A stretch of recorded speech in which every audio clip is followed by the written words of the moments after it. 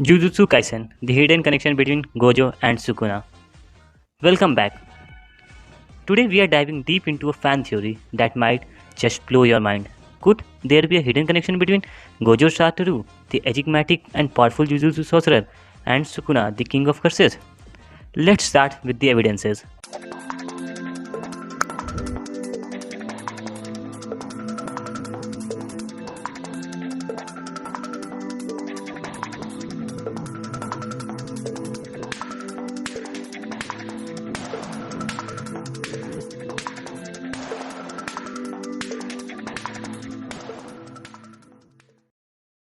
Throughout the series, Gojo Satoru has been portrayed as an incredibly powerful sorcerer with abilities that seem almost limitless.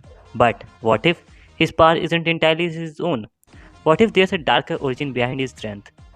We know that Sukuna's curse energy is incredibly potent, and his presence looms large over the entire series. But what if during Sukuna's past incarnations, he somehow passed on a portion of his curse energy to Gojo? Could it be that Gojo's immense power is, in part, fueled by Sukuna's curse energy? It's not just their power that's intriguingly similar. Both Gojo and Sukuna possess a certain arrogance, confidence in their abilities.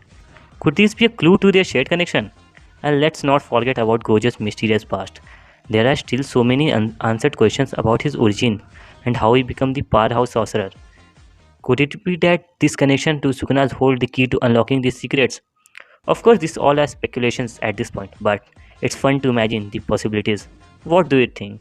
Jujutsu Kaisen fans, could there be a hidden connection between Gojo and Sukuna? Let me know your thoughts in the comments below. Until then, stay cursed. जिन भाइयों को English में समझ नहीं आया है उनके लिए हिंदी में भी है, तो रुको, वेट करो और सुनो आगे. इसको मैंने ट्रांसलेट कर दिया हिंदी में, तो टेंशन नॉट, अपुन है तेरा भाई है ना अभी. तो दोस्तों चलिए जानते हैं गोजो और सुकुना के बीच छुपी संबंध. जुजुत्सु काइसेन के श्रोतों को फिर से स्वागत है. आज हम एक फ़ैन थ्योरी के बारे में बात करने जा रहे हैं जो शायद आपके दिमाग को हिला देगी. क्या गोजो और सुकुना के बीच कोई संबंध हो सकता है? गोजो शत्रु, रहस्यमय और शक्तिशाली जुजुत्सु जादूगर, और सुकुना. चलिए शुरू करते हैं. इस धारावाहिक में गोजो शत्रु को एक अत्यधिक शक्तिशाली जादूगर के रूप में दर्शाया गया है जिसकी शक्तियाँ लगभग सीमित नहीं हैं. लेकिन क्या उसकी शक्ति बिल्कुल उसकी अपनी ही नहीं है? क्या उसके पास के पीछे एक अंधकार से भरी उत्पत्ति है? हम जानते हैं कि सुकुना का अभिशाप इतनी ऊर्जा अत्यधिक प्रभावशाली है और उसका प्रभाव पूरे धारावाहिक पर भारी है. लेकिन क्या यह संभव है कि सुकुना के पीछे के जन्मों में उसने किसी तरह से अपना कुछ हिस्सा अभिशापित ऊर्जा का गोजो को सौंपा था? क्या यह संभव है कि गोजो की अत्यधिक शक्ति कुछ हद तक सुकुना के अभिशापित ऊर्जा से कनेक्टेड है? यह सिर्फ उनकी शक्ति ही नहीं जो रोचक रूप से समान है.